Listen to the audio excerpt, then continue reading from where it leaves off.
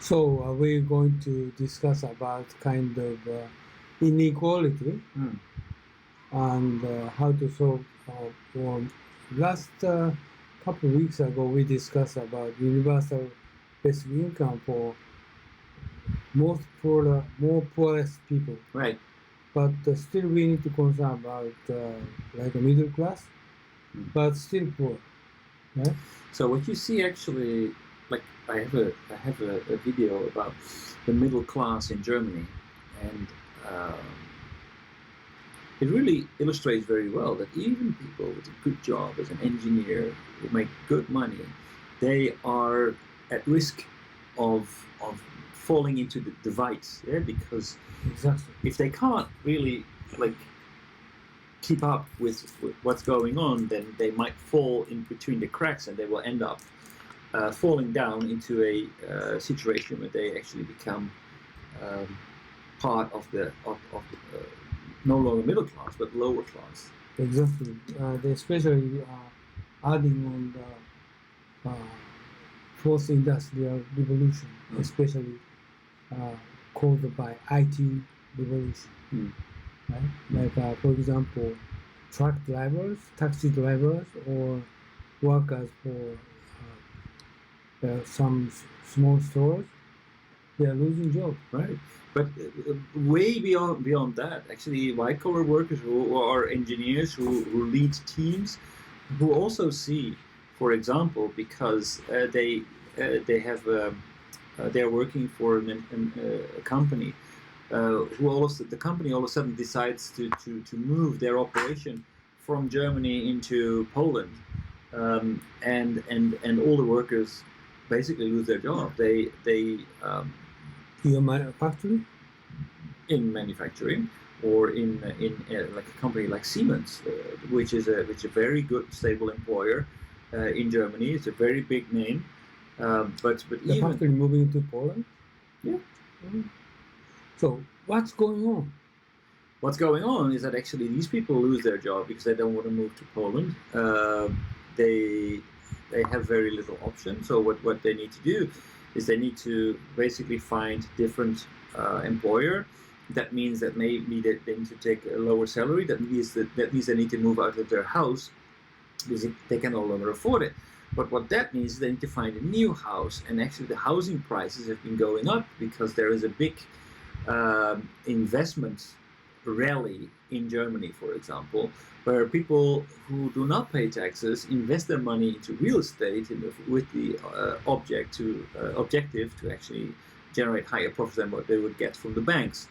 So rents are going up, and all of a sudden people have to, even though their salary is moved a little bit, but the fact that they moved out of their house all of a sudden means that they need to spend a lot more money for their housing. Because of people investing for Yes, real estate. right. And those are the happy few. They are investing in real estate not for people to live in, but basically for them to make a profit. So what are we going to do? The rents are going up. So what are we going to do? Their unemployment ratio in your future will raising up. Right. And but there's also at the same time there are people who are actually developing this AI technology, who are developing this IoT technology, who are operating this, who will get enormous benefits from this development, and they are the ones who will not pay tax, who will put their money into a tax haven, and will invest their money because they're into real estate and into other things that people need. And but that will drive those up the issues, prices. but those issues for chasing for tax haven will going to be solved near future, right? I don't think so. Everybody believes this Only is not way. Well, yeah, but okay. How are we going to stop the government of the Bahamas of doing that? Why like would? one example is France. Okay. Because they're going to charge for Amazon. Right. One example. That's an example. So France indeed started to. Everybody believes this is unfair. Right. But you know what Trump's response was, right? Yeah, I know. But they put tax on wine import. But this is not going to stop. I think it's expanding. Right?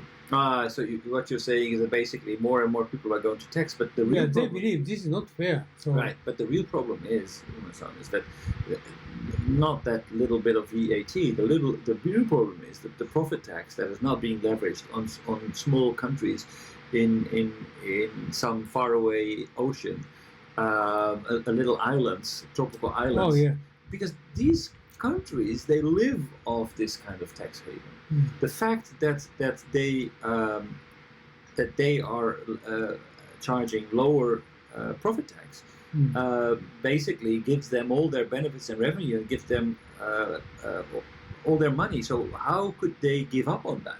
But basically that's suicide for countries like that, for these islands. Kill them. Kill them all. Well, I mean, I think the way that the way that we would be able to do this is actually calling them out. They invite, that big company to their country. Okay, just with tax free, and this is not fair. But every country is doing it. Like, do you remember the video that we saw about Kenya? They also have tax-free zones. Yeah, you were talking with Takahashi also about tax-free zones. Everybody is trying to do it to get a piece of the action, but the result is that actually companies that are clever enough, I wouldn't say smart enough, but clever enough, they just come into your country, benefit from low salaries or the abundance of natural resources, benefit until their special advantageous situation expires, and then they move on to the next country. It has been researched, it has been shown that these things do not really help on the longer run. It actually just makes shopping around for the cheapest location. But no solution? Give me that chocolate. Correct. No solution? More sugar, Una-san, are you sure? No, it's not good. Not sure. No solution? Is there a solution? Well, I think, for one thing, companies like Google do no evil. Companies like Starbucks, companies like that, they all try to give this image to the outside world that they are providing an awesome service. They're not charging any money. They're just doing what's good for the people. Basically, they live off their reputation. But if we really start to name and shame these companies and show to the world who is actually paying tax and who's not, then I think there will be an incentive to say, okay, maybe we need to actually consider to not using these tax routes and actually start to pay into the societies that we are benefiting from. Because Google, they also benefit from a good internet infrastructure that is being paid for by the country. They're benefiting from the educational system. They get their staffs from a country that has invested heavily into a good education system that and the product of that they use to develop their organization further. So there are good arguments to give that actually these companies should not only take money, but they should also actually start contributing to the factors that actually contributed to their growth. But not big money, almost big money, owned by their own company instead of investing for education, so forth, but not so big amount of money. Well, but this actually, I think this really needs to stop. This whole thing of, okay, it's because why do people do it? Because it's not illegal. Because it's legal. Because governments are enabling companies to do something that is actually not in the benefit for the world as a whole. So they are making something legal, which is actually nobody wants to. Well, no one wants to show. Nobody is advertising the fact that they are opening their headquarters on the Seychelles because the tax climate is so. So recently, the American company they're discussing about companies what the company what the responsible for, right? Or market corporate or responsibility. Employee, yes. And extending that kind of thinking approach, we need to consider kind of benevolence. Right. If you want to get a profit or if you are doing business, yes, but based upon legality or based upon righteousness.